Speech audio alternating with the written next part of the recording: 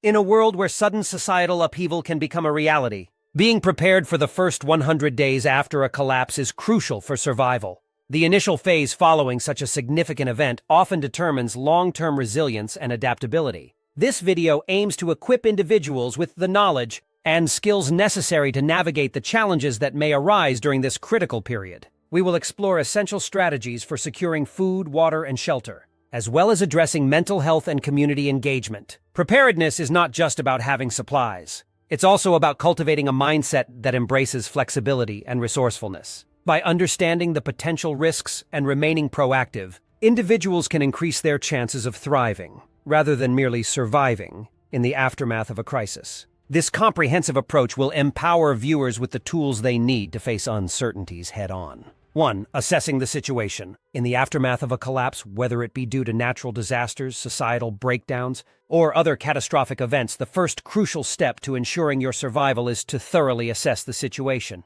This assessment begins with understanding the collapse scenario itself. Knowing what has transpired is vital in determining how to navigate the new landscape. Was it an earthquake, a pandemic, or something else entirely? Each scenario presents unique challenges and requires a tailored survival approach. Once you have a clear understanding of the situation, the next critical step is to evaluate immediate dangers. In the chaotic aftermath of a collapse, environmental hazards can include unstable structures, hazardous materials released into the air or water, and the presence of dangerous individuals. It is important to remain vigilant and aware of your surroundings to identify and mitigate these risks. Pay attention to public announcements, use available technology to track local news, and consult reliable community sources for timely information regarding safety measures. Gathering information becomes integral to your survival strategy. Information can dictate your next steps, where to find food, potable water, and shelter, as well as the locations of potential threats. In the initial days following a collapse,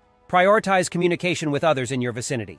Forming small groups may provide mutual support and increase knowledge sharing, which can help you stay informed and secure. Establishing a reliable connection with neighbors or local community members can prove invaluable as information flow is often disrupted during crises. Lastly, remember to remain calm and composed. Panic can lead to poor decision-making, so take a moment to breathe and process the information available before making any decisions. By assessing the situation thoroughly, evaluating dangers, and gathering valuable information from various sources, you set yourself on a solid path to navigate the first critical days in a post-collapse world. This foundation not only safeguards your survival, but also enhances your ability to adapt and thrive in the challenging days to come. 2. Basic survival needs. In the aftermath of a collapse, the basic survival needs of water, food, and shelter become paramount for sustaining life. Understanding how to secure these essentials is crucial for the first 100 days, as they lay the foundation for long-term survival. Water is the most critical resource to acquire. Without proper hydration, humans can only survive a few days. It's essential to locate a water source, which could be a river, lake, or even rainwater. However, caution must be exercised, as untreated water can carry harmful pathogens. Methods for purification include boiling, using water purification tablets, or filtering through sand and charcoal. Collecting rainwater in clean containers is an effective way to ensure a safe drinking supply, but it requires foresight and the right setup. It's advisable to have a strategy for both storing and securing water to prevent contamination. Food becomes increasingly important once basic hydration needs are met. In a survival scenario, foraging for wild edibles, hunting, and gathering knowledge of preservation techniques are vital skills. Start by identifying local plants that are edible and learning to distinguish them from toxic varieties. Nuts, berries, and wild greens can provide immediate sustenance. If hunting is a possibility, basic trapping techniques can yield small game, while fishing can offer another source of food. Equally important is the preservation of these food sources. Techniques such as smoking, drying, or pickling can extend the shelf life of whatever is collected. Shelter serves as a sanctuary from the elements and can significantly affect survival chances. Finding or building a secure location is essential, ensuring protection from extreme weather and potential threats from wild animals or other survivors. Natural formations like caves or dense woods can provide safe havens, while improvised structures made from branches, leaves, and natural materials can also be effective. It's crucial to fortify the shelter, camouflaging it to remain hidden while ensuring that it offers adequate ventilation. Successfully meeting these basic survival needs forms the cornerstone of enduring the unpredictable challenges that follow a societal collapse. By prioritizing and mastering these skills, individuals can significantly enhance their chances of surviving the first 100 days and beyond.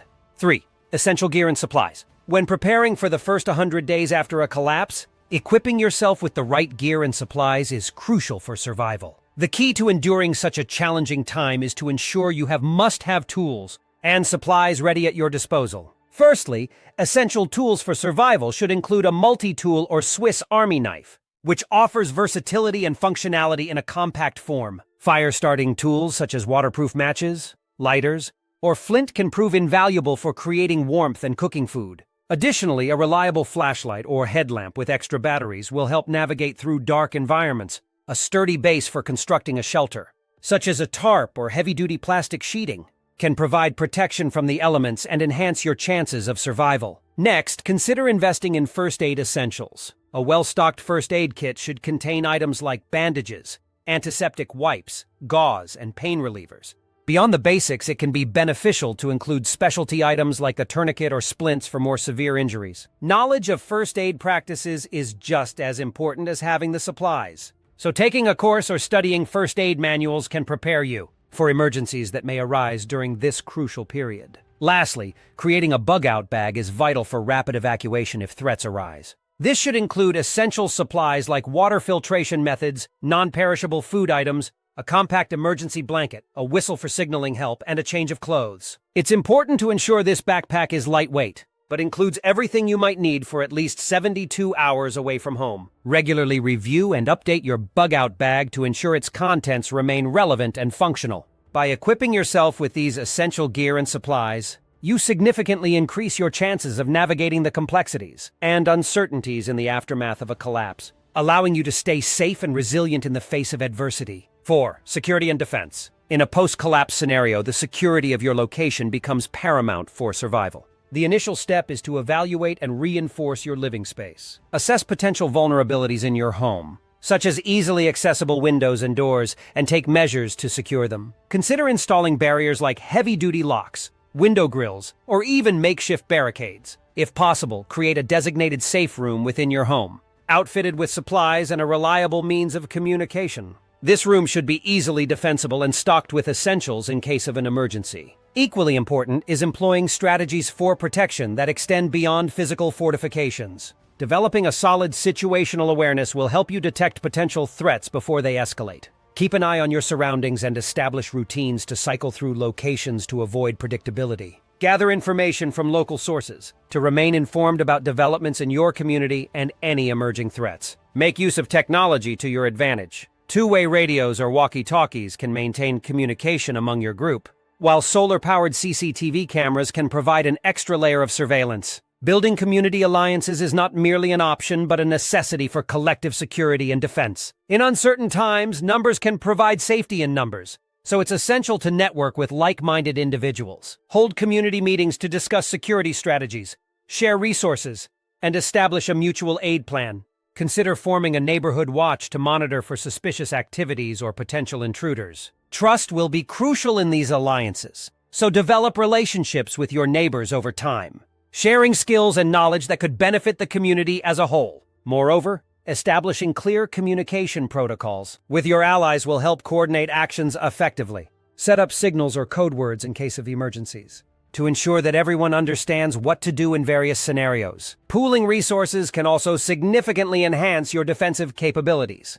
Sharing tools, surveillance equipment, and knowledge can lead to more robust protections for all involved. 5. Staying informed. In the aftermath of a collapse, the ability to stay informed becomes paramount for survival and safety. The landscape of communication and information sources will drastically change, requiring individuals to adapt and implement new strategies to remain aware of their surroundings and the evolving situation. Below are key aspects to consider in this critical process. Sources of information in a collapse. In a time when traditional media outlets may be non-operational, it is essential to seek alternative sources of information. Word of mouth becomes a valuable tool. Engaging with neighbors and local community members can provide insights into what is happening in the immediate vicinity. Additionally, local bulletin boards or makeshift community gathering points can serve as hubs for sharing vital information. Utilizing radios, especially handheld or crank-operated models, can help in receiving broadcasts from any available stations or emergency services. Investing in amateur radio equipment can also facilitate communication across greater distances with fellow survivors who have similar setups. Furthermore, written notices or flyers can be circulated in the community for announcing significant developments or events. Communication methods. Having reliable communication methods in place is crucial. Develop a communication plan with your family and trusted friends to establish how you will check in with each other. Designate specific times and locations to meet if communication channels fail entirely. Creating an agreed-upon code or signal can help in discreetly conveying messages, especially if you need to communicate sensitive information without drawing attention. Practicing ethical communication is vital too. Disinformation can spread rapidly in chaotic environments, leading to panic and misinformation. Always verify information before acting on it or sharing it with others, keeping a small notebook to record pertinent information. And observations can also aid in forming a clearer picture of the overall situation. Importance of situational awareness. Situational awareness goes beyond merely staying informed. It involves actively observing your environment to identify potential threats and opportunities for safety. Regularly assess your surroundings for changes in behavior among other individuals, unusual noises, and signs of unrest. Understanding the dynamics of the community can help identify who poses a risk and who can be an ally. Practicing mindfulness allows you to remain grounded in the present moment, enabling quicker and more informed decision-making. Personal safety should always be a priority. Being aware of escape routes or safe zones in your local area can make a significant difference in emergency situations. Regularly scout your surroundings for potential hazards, and keep an emergency stash of essential supplies ready to facilitate quick exits if necessary. 6. Mental and emotional resilience. In the tumultuous aftermath of a collapse, mental and emotional resilience becomes an essential asset for individuals and communities. The ability to cope with stress and trauma, maintain morale, and support those around us is critical for not only survival but also for the rebuilding process. Developing and implementing effective coping strategies is paramount for navigating the uncertain landscape that follows any significant collapse. Coping strategies can take many forms, ranging from individual practices to community-based support systems. On a personal level, it's important to engage in activities that promote mental well-being, such as mindfulness and meditation. Regular practice of these techniques can reduce anxiety and improve emotional clarity, allowing individuals to face challenges with a more balanced mindset. Additionally, seeking out opportunities for physical activity can significantly contribute to stress relief. Exercise releases endorphins, which enhance mood and foster a sense of accomplishment, making it easier to manage feelings of fear or hopelessness. In a community context, shared experiences can forge strong bonds among individuals facing similar challenges. Establishing support groups where people can come together to share their thoughts and feelings provides a crucial outlet for emotional expression. These groups can serve as safe spaces for reflecting on trauma and rebuilding a sense of community identity. Creating rituals or gatherings, even simple ones, can uplift spirits and maintain a sense of normalcy amidst chaos. Whether it's sharing meals, storytelling, or supporting local art and culture, these activities can be transformative in reinforcing community resilience. Maintaining morale is a collective responsibility, requiring intentional effort from both individuals and community leaders. Everyone can play a role in uplifting others, encouraging open dialogues about mental health, normalizing vulnerability, and recognizing the signs of emotional distress in peers. Leaders within the community should actively promote an ethos of support, fostering environments where individuals feel empowered to seek help. This may include training individuals to offer peer support or connecting people with mental health resources when necessary. Moreover, fostering resilience isn't just about managing the negative. It's also about building positivity and hope for the future. Celebrating small victories, whether they be a successful community project or personal milestones, can help cultivate an outlook focused on growth and progress. Highlighting stories of resilience can serve as powerful motivators, creating a ripple effect that inspires others to persist even in the face of adversity. The act of supporting others should be viewed as reciprocal. By providing aid and comfort to those around us, we not only assist in their healing, but also find meaning and purpose ourselves. This shared responsibility can reinforce connections and deepen the bonds of community, emphasizing that recovery is a shared journey. It's vital to remember that no one is alone in their struggles, and through collective efforts, everyone can contribute to a culture of resilience that extends beyond individual capacity. 7. Long-term considerations. Surviving the initial days after a collapse requires immediate actions focused on securing food, water, and safety.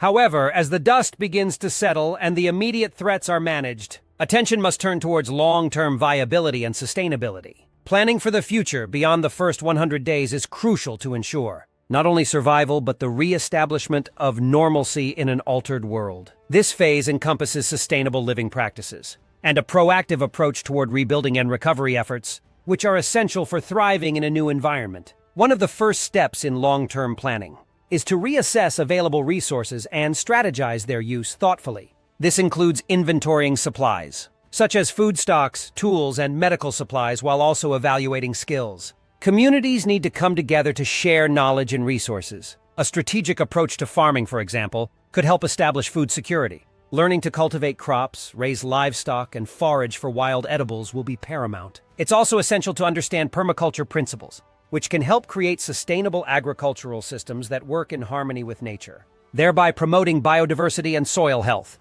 Water supply considerations must also take center stage in long-term planning. Establishing sustainable water harvesting methods, such as rainwater collection systems, can provide a reliable source of water. While filtration and purification processes become crucial, communities should explore collective solutions for maintaining clean water access, possibly through water-sharing protocols or constructing simple filtration systems. Engaging with local ecosystems and developing mutual aid agreements can significantly alleviate pressure on individual resources. Living sustainably extends into energy considerations as well. Communities should strive for energy independence through renewable resources whenever possible. Solar panels, wind turbines, or biogas generators can play an essential role in powering a community. Individuals are encouraged to explore energy conservation methods, using resources judiciously to avoid shortages. In a world where traditional fuel sources may become scarce, establishing alternative energy solutions will be vital for daily functioning and long-term recovery. The social fabric within these communities must also be strengthened. Building social resilience entails creating networks of trust and cooperation among individuals. Community-driven projects such as skill-sharing workshops and communal gardens encourage collaboration and ensure that skills are transferable. This approach not only fosters a sense of belonging, but also enhances the community's capacity to respond to future challenges collectively. Rebuilding and recovery efforts must be coupled with a focus on mental health and emotional well-being. In the aftermath of a collapse, the psychological toll can be significant. Establishing support systems such as peer networks and mental health resources is crucial for promoting healing and stability. Individuals must feel encouraged to express their experiences and emotions, fostering an environment where discussing struggles and coping strategies is normalized. Conclusion: surviving the initial 100 days following a collapse requires a comprehensive strategy that balances immediate survival needs with long-term sustainability. By prioritizing essentials such as food, water, and safety, individuals and communities can weather the immediate storm while laying the groundwork for recovery. Engaging in collective efforts fosters a sense of unity and shared responsibility, allowing communities to not only rebuild but also enhance their resilience against future challenges. Emphasizing mental health and emotional support is equally critical, ensuring that individuals feel connected and empowered throughout the recovery process. Ultimately, the journey towards resilience and normalcy demands adaptability, resourcefulness, and a steadfast commitment to cultivating community ties, enabling everyone to navigate the uncertain path ahead with strength and hope.